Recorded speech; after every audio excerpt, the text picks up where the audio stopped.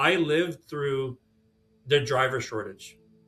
I lived and experienced it. When I mean driver shortage, I mean I couldn't hold on to someone and shake someone's. There was no drivers, and guess what? We're getting into that dip again. We're gonna be going through another time where we're gonna be needing drivers again, because if you look at the demographics of our truckers, of our truck drivers, the demographics is between 60 or 55 to 65 represents 70 to 80% of the driver force. So 5 to 10 years from now,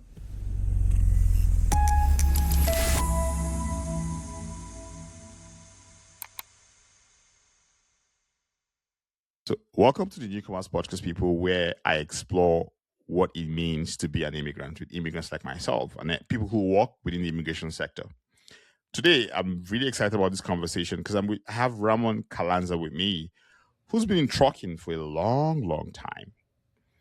And we'll talk about why I think, and you should think, that you should explore trucking as a career. But welcome, Ramon. Welcome to the Newcomers podcast. thank you so much, Doze. I appreciate you. I appreciate the time and the invitation for being here today. So quite happy, excited to talk. Awesome. Awesome.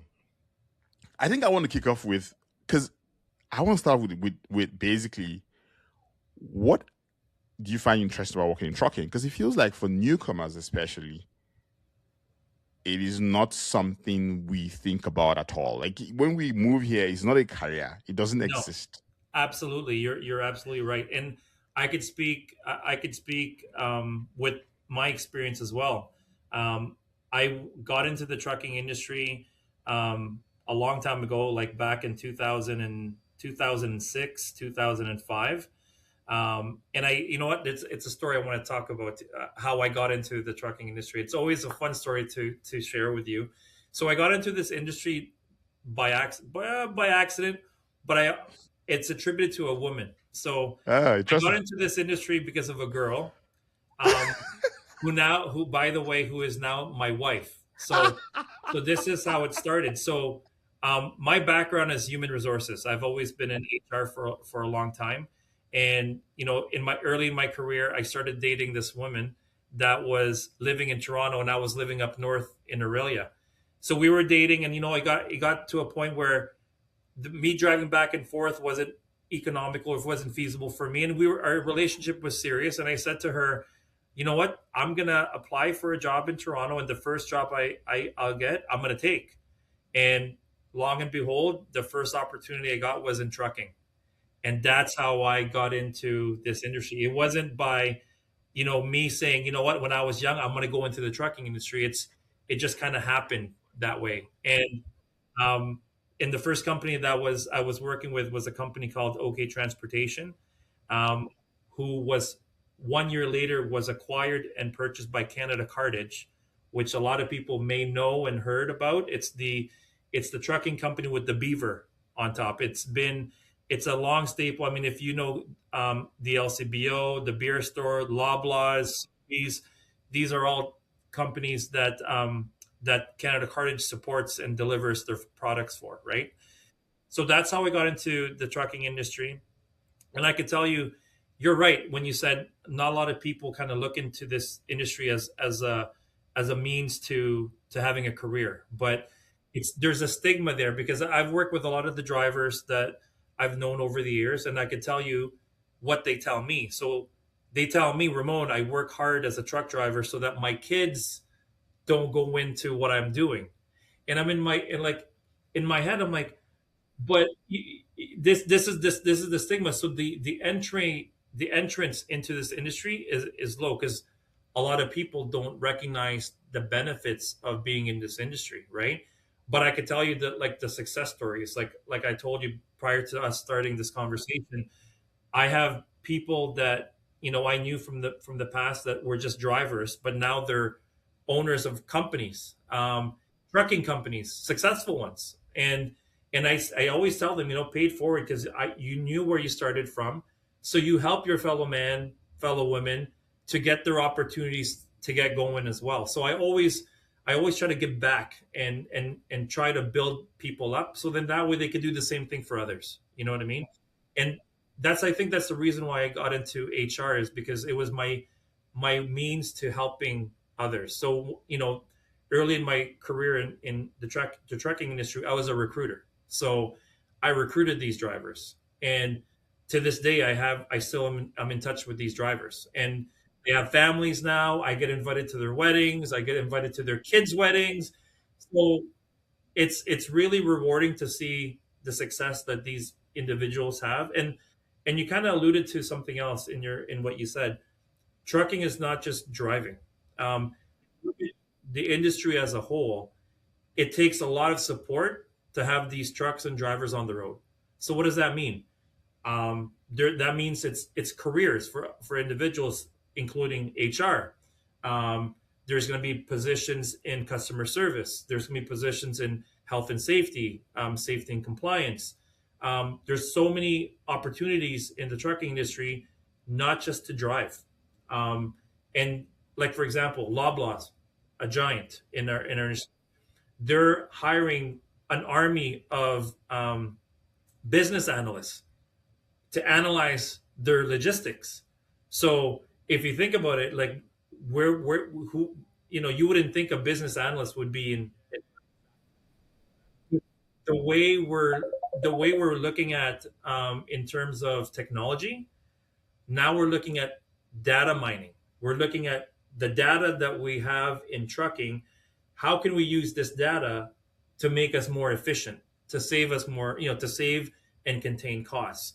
So it's an industry that has so many opportunities. I can't speak more about this industry and how it could be a solution for a lot of people's looking for work, right? And when I do my talks and my presentations, I always tell them the entry into this industry is not high. The barrier is not there. I mean, with the exception of doing a 1 month course into the MELT program, so the mandatory entry level training program, you're able now to work full time. And one examples I always talk about in my presentation is my wife is a registered nurse, and nurses make around, I'm going to say on average maybe $40 an hour. It's $44 an hour. Guess what? Truck drivers make that. Before no one would talk about how truck drivers make that, but now I'll give you like two. I'm not going to name the names because I'm not sure if I'm allowed to, but there's two companies in the food industry that start their drivers at $29 an hour. That's the starting point. So there's definitely opportunity, and there's definitely it's a rewarding career. You put in the time, you make sure that you go to a good school, get your license, and there's companies out there that's going to be looking for drivers. I lived through the driver shortage.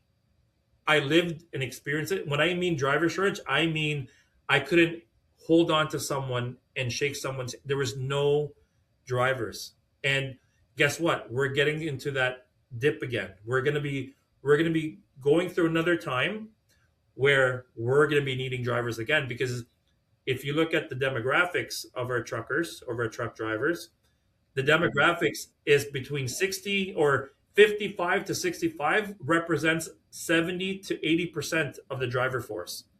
So 5 to 10 years from now, we're going to be needing just by attrition itself, just to replace the ones that are leaving the industry. We need to replace those drivers. Where are we going to find them, right? So I could go on, but I'm gonna let you talk. No, because yeah, like my head is just popping with a ton of questions, and I don't know where to even start from. Honestly, I think the first one I was going to think of, the first one I have is how do we even change that perception thing? Which is one is that, because that thing you say where drivers say, "I'm doing this so that my kid doesn't do it," already that's like, I hear them, I understand where that comes from, but that in itself is problematic, because really that 100%. They say that because to them that job is a certain kind of job. Yeah. And how do we even change that? Like, is there a way to change that and have people see that this is a rewarding, well respected, and very important, like, actually, like we said in the pre-show, without trucking, the country is done for. Like it's done. Trucking is literally like our backbone. I would even say it's almost like, I was thinking of the human arterial system and how whatever blood flows across. I think trucks are like literally like blood flowing across the country, basically, because literally the whole country wakes up and goes to bed because the truck has work. Yep. That's 100%, 100%. And to answer your question, how do we get over that stigma? And I think it's an example is the work we're doing. I think it's the dialogue that we need to do. I think it's the continuous dissemination of information that TBDC is doing to tell the world, to tell the audience that, hey, this career is a rewarding career. It's one that will support your family. It's one that will support your growth, and it's one that opens a lot of doors for a lot of people. And the one example I always tell others out there that may have this stigma of, well, I'm not gonna send my kids to be a driver, and I tell them, you know who my bosses were in my companies? So my boss at Challenger Motor Freight was a gentleman by the name of Jeff Topping. Amazing individual. Have so much respect for Jeff. Jeff started as a truck driver, and now he's the VP of culture and people at Fast Freight, Consolidated Fast Freight. And the other colleague I had when I was working at Challenger, Steve. Steve was the director of safety and compliance. Director, so that's the highest in a safety role in a transportation company. And guess what? He started off as a driver. So if you look at it, the entry level into bigger and better things in transportation could be driving roles. Exactly, and it doesn't mean that that's it. You're done. That's the only thing you'll be doing. You need to be creative, you need to be imaginative, you need to actually want more for yourself, right? And there's avenues for that, right? Because now that you could walk the walk, you could talk the talk, the ins and outs of this industry. Now you could sell yourself to be like, yeah, I could do that job. Yeah, I could do that job. So a lot of the managers, directors, VPs that you see in the transportation company started off as a driver. So that's the caveat, and that's the one thing I want people to know, that, hey, my bosses were not corporate. They came from the bottom up, and they worked their way up. Yeah. The other follow-up question I had for you was, there was a point when, and this is it was a point when there was just all these sordid conversations around drivers and people not being trained properly and all that stuff that happened. One is how do we handle those sort of things? And maybe this is just off topic, or maybe it's it's definitely something we need to talk about, because I feel terrible for the individuals that went through all that, because they didn't know better, right? We're supposed to be here, taking them in and showing them the correct way of doing things, but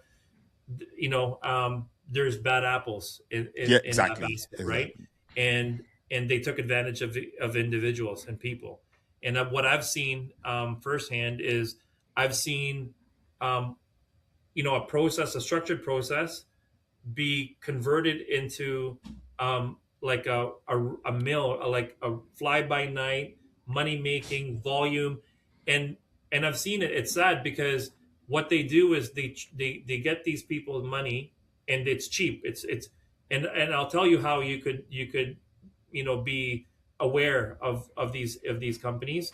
So they take their money, and what they do is they train them how to pass a road test.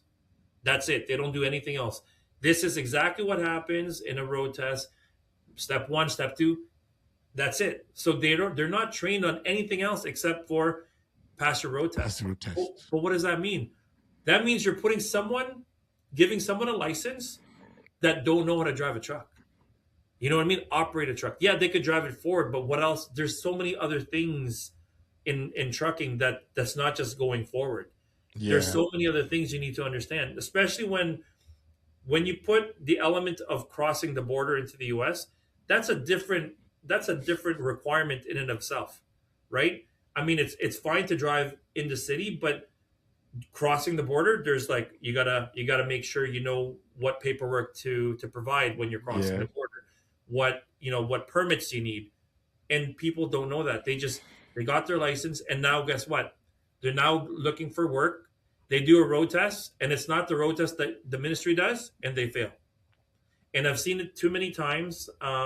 There's a great school in Mississauga called Chet, CHET, and they tell me they get a lot of people with licenses going through their school because they have to be retaught again because they don't know what other things is included.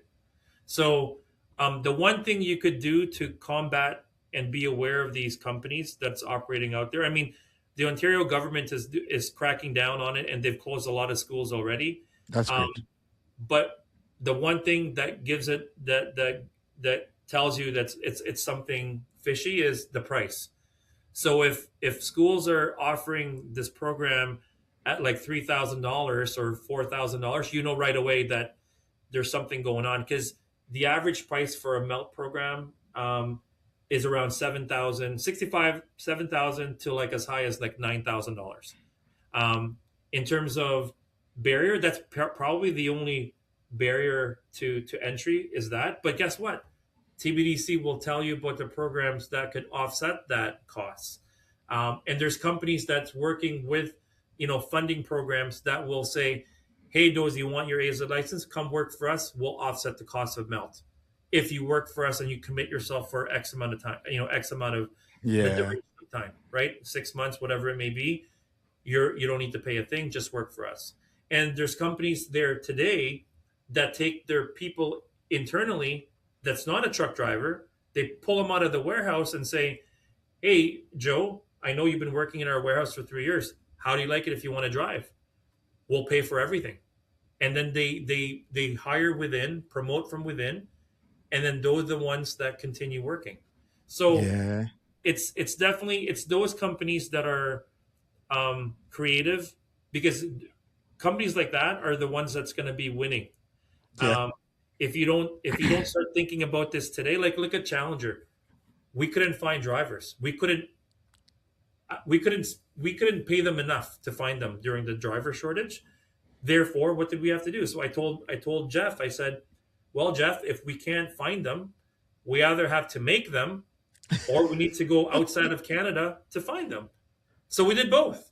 So we started a foreign worker program. We went to Poland, we went to India, we went to Dubai, and we brought truck drivers from abroad and brought them into Canada. And then the other part was, well, if we can't find them, we have to make them. So Challenger opened their own school. So Challenger opened their own truck school. We offered the MELT program. It was approved by the MTCU, the Ministry of Training, Universities, and Colleges, and Yeah. we were able to provide that training to individuals that want to get into truck driving. So we made them, and we made them the right way.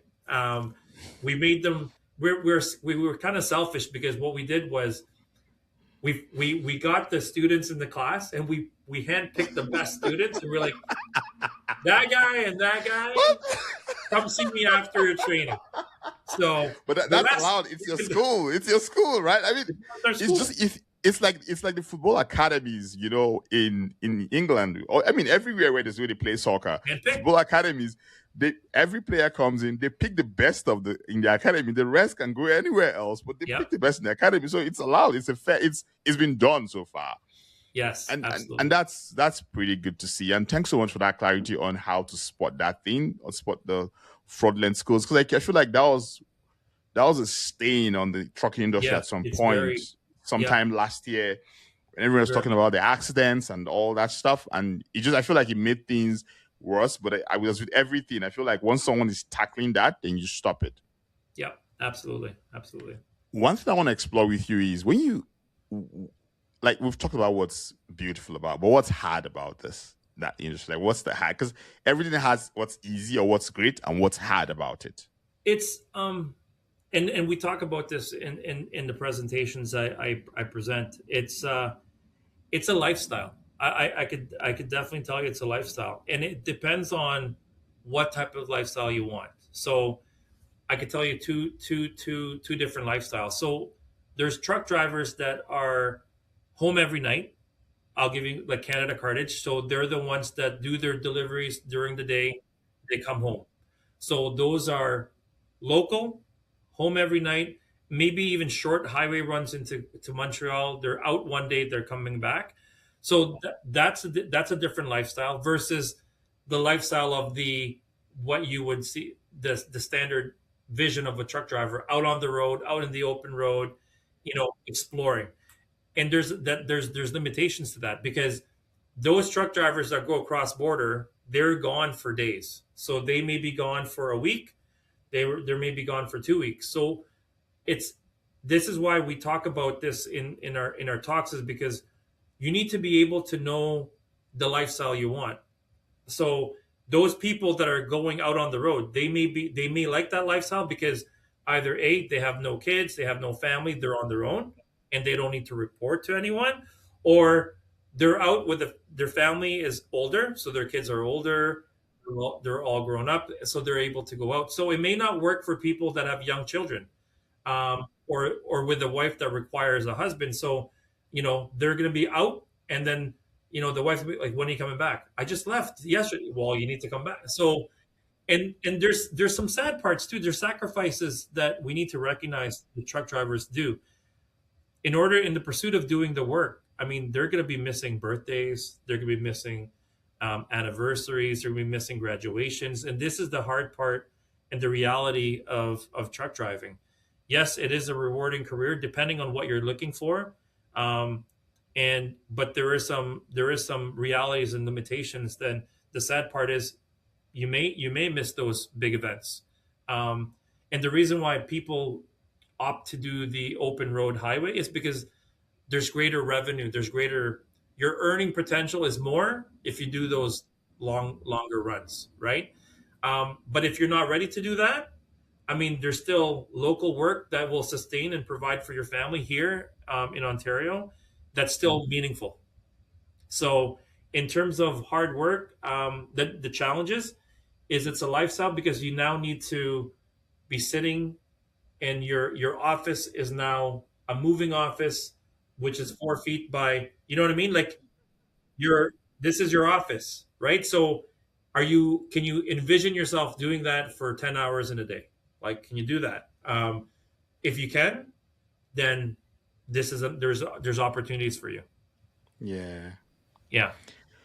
And kind of building on that, since you talked about your lifestyle, like what's it like a day in the life of someone? Depending on your career pathway or your career path or what you're doing at that point. What's like a day in the life for someone who works in trucking? I'll give you like a day in the we'll life start with you.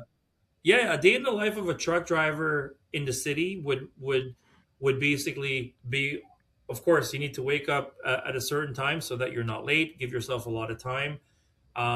Prepare your lunch, and you're off to work.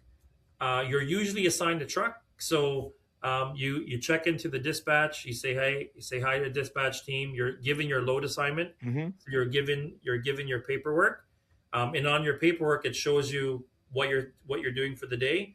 It may be one pickup here, deliver here, and then come back. That could be your day. It could be multiple drops, and then that's your day. So basically, you do your daily runs. You return back to dispatch, give back your paperwork, you clock out, you go home to your family. So that's basically, I'm simplifying it, but that's how the city works. But then for the highway guys, it's different. You wake up in the morning. You need to now prepare for your journey. When I say journey, because you're going to be gone for a week. So a lot of drivers, they have their own setup in the truck. And I got to tell you, Dozy, the trucks that they're making today, it's luxury. It's luxury. Like I've seen some images that I just always go like, okay. Right? It's like they have their own fridge, they have their own slow cooker, they have their own microwave, their own TV. It's like a setup, right? So for those drivers, they're preparing for a longer haul. So they got to make sure that they have food for X amount of days before they get to their first drop, and then they got to refill not only their fuel but their fridges, because they're going to be gone for extended amount of times. So usually to contain the costs and the money, they will prepare food for the duration of their trip, Mm. and whatever it may be, how they're going to do it. Sometimes they have coolers and they have food that are frozen or whatnot in the coolers, and they slowly take them out when they need to. So their days are longer. Their communication with dispatch is more, because you're dealing with them all the time. Hey, I'm going to go to the Yeah. next drop, and so on and so forth. So that's the difference between a local driver and a highway driver. And then Yeah. for the other supporting roles in trucking, it's your standard. You go in 9 to 5. It's an 8 hour run. It's an 8 hour work day. HR does 8 hours. Safety and compliance is the same thing. Customer service, different shifts. It's your standard 8 hours a day, Monday to Friday, typically, and that's basically your day in the life Of the trucker. of a job in trucking, right? So Yeah. yeah. So, and I think we're kind of we're almost rounding up on this, but if you for a newcomer, an immigrant, Oh, and probably some like, where do they even start from? Because first of all, there's the one, I don't even know that this does exist, or is this a good career for me? I think we've sort of dispelled some of that. But where do you even start from? that's a great question, because you know what? In today, there's more. Like I said, there's more resources today, and the access to information. The internet is there for you to get these information, and then there's us, the TBDC, that goes out and does these talks and does these engagements with outreach companies, funded companies, nonprofit companies like Achieve, to hold these information sessions.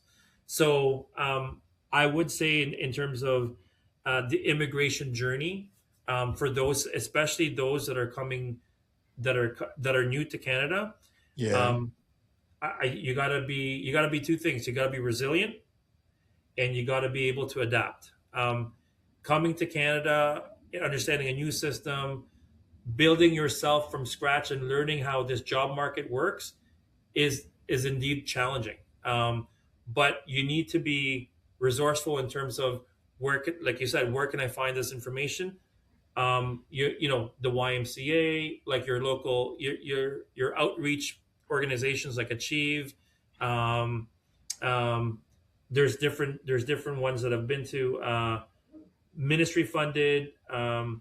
What is it? Employment Ontario is a Okay. great way to, and there's Employment Ontario is everywhere. Mm. So you call them, um, even calling your chamber of commerce to get information in whatever city you are in, they're going to direct you to where you need to go. And of course, if you Google it, like, instant answers, right? They could provide you Yeah. the answers. And what people should know is those people that work with ministry on, like, on Ontario Jobs, for example, their mandate is to find work for individuals. That is their mandate. That's their responsibility, and their KPIs is tracked. So if they're working with an individual and they can't find them work, that's actually a KPI against them. Mm. So that's their job. So use them, leverage them. Um, and the biggest challenge, I think, for anyone is the Canadian experience, right? Which newcomers always struggle with. But you need to stay persistent. You need to keep learning. Um, find find people, find companies. You need to network, and over time you build that experience, you by talking to more and more people that are in the same boat as you, and engaging with people like us, Dozy, that could give them information and direction. Then their journey will continue, hopefully finding that career, that job that they're looking for. um, I gotta tell you, it's I've seen it, and it's in the beginning it's hard, but you need to put yourself out there, especially for those that have no choice. You need to, right? So contact people, talk to people, engage, be part of those events. You'll see those events coming up all the time. Go to them because it's free. and Yeah. sometimes you'll get a free lunch, right? So it's worth it. It's worth it. So it's definitely something that I encourage individuals, especially the new people that are here, to just go out there and engage. And the Yeah. more people you talk to, and I always tell this to people, the people that are in their roles didn't get their positions by applying. I'm going to say, for the most part, they were introduced to someone and they were offered the job that way, right? It's yeah, there's still people applying and getting hired, but for the most part, it's usually, hey, I got someone. You need someone? Let me introduce you to someone, and Mm. that's how you build your network. It's key. It's key. The last question I have for you is like, if you were, because I always try to define this, if you were to define what Kenyan experience means in trucking, what would that actually mean? Do you think we can It's define actually it? gotten better. Um, Okay. Canadian experience means you need to be able to show experience in Canada in a driving role. However, because of the challenges that we're facing with driver shortages and whatnot, insurance companies are now working closely with carriers and trucking companies, to work out a program. So if I were to give direction and advice to people that may are having difficult times with Canadian experience, you need to go to companies that are engaged with their insurance companies with a program. So um, Challenger, for example, is a great example. So they could take a driver brand new from school, bring him into a polished program, a training program that could be 4 weeks, and it's a graduated program. So you can't move on to the next one until you pass the next one. And once they complete the program, they satisfy the insurance requirements, and they're able to. So it's a combination of um, training program and mentorship. So we never want to give a key to a brand new driver and say, "Here you go to New York. There's your delivery." It's not going to happen. So what I always say is you need to select the reputable companies that have these programs that will take the time to develop and bring up and build up someone's skill set to be able to drive confidently on their own, right? So Challenger is a good example. Kriska is a great example. Herb Transport. Um, all the big companies, the reputable ones, will have some sort of program like this. Rosedale Transport is another example that's part of this program. So, and I'm gonna tell the example. So GFS, and I'm also gonna say GFL. So these are big companies. They are the ones that will often take newer drivers with little to no experience because they have that graduated program. So they will take their time to train, to upgrade, and develop the skills of their drivers before they hand them the keys. So there, it's gotten better. So it's true. There's still going to be companies out there that's not working with their insurance companies, and the insurance company is black and white. If they don't have 2 years experience, I'm not insuring your truck. So it's the ones that are able to work with these companies. And there's funding programs that is out there for these trucking companies to have these programs. And we're supporting that. Yeah. I should probably ask this, which is like, if is there one question I should have asked you that I didn't ask you about trucking? Yeah. It's sorry, if say that again. Is there one question I should have asked you that I didn't ask you? Maybe you just give me the answer. That's what the. Um yeah, I don't know. Is there a question that you didn't ask me? I was gonna say no, we talked about the important things. We talked about money. You Yeah, know, you mentioned the money. the biggest motivation, in these things is money. It has to be Yeah, worth it, right? yeah. um and we've come a long way in trucking. Before, it was the worst paying job, but now it's being recognized, and now I'm seeing higher wages for truck drivers, right? And I said $40, $38, those are real, and it's being offered to drivers today. So um I don't know. Dozy, if you, I can't think of anything here. Um, Sure. You know what I mean? But what I will say is, I mean, if I were to give advice to individuals that are having a hard time, don't lose hope. You need to persevere.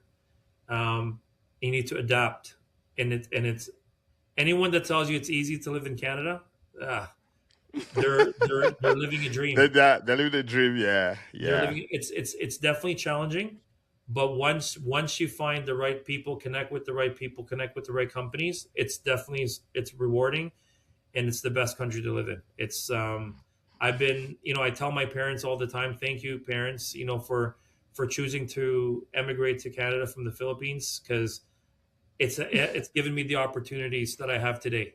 Absolutely, yeah. I'm blessed. I'm blessed. Awesome, awesome. Thank you so much. That was beautiful. Time for the book of questions. Oh yes.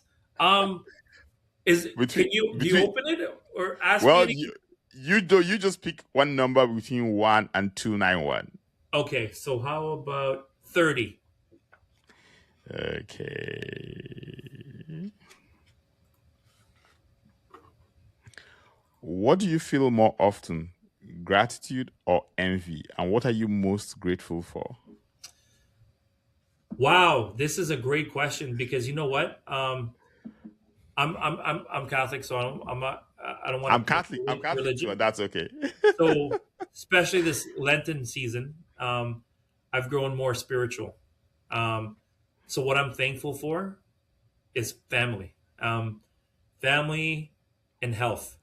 Um, Health is so important. Family is so important, because they're the ones that will support you in everything. Yeah. So the question was, what do I feel more of? Gratitude and what? Envy? Or envy, yeah. And what are you most grateful for? Gratitude, absolutely. And I'm grateful for my family. And I'm grateful. I mean, if I could answer more than Sure, sure. one Go answer. ahead. And I'm just grateful for the opportunities that have been given. Because I can tell you the opportunities I've had and the blessings I've had, not too many people have gotten that. And thank the Lord above for giving me the opportunity. And health wise, I'm telling you, I went through something serious health wise. Are So you serious? and I'm alive today, and I'm thankful for him for keeping me here, because I have a young family, Yeah. and I need to be here until they're old enough, and Yeah, then I could exactly. go. But yeah, so thankful for health, thankful for family. Absolutely. Yeah. Amen. Yeah. Thank you so much. Thank Thank you. you. Thank you so much. This was so beautiful. Thank you, Ramon. Thank you. Dozy, you know what? Continue doing what you're doing, man. Thank Um, you. and if not enough people are thanking you, let me be the one to thank you in behalf of them, because what you're doing is important, and we need to Yeah. continue doing that. So Yeah. big up, and thank you for doing that. Thank you. All right. Thanks so much. And that's it, everyone. As always, we are Spotify, Apple Podcasts, anywhere you get a podcast, you get us there.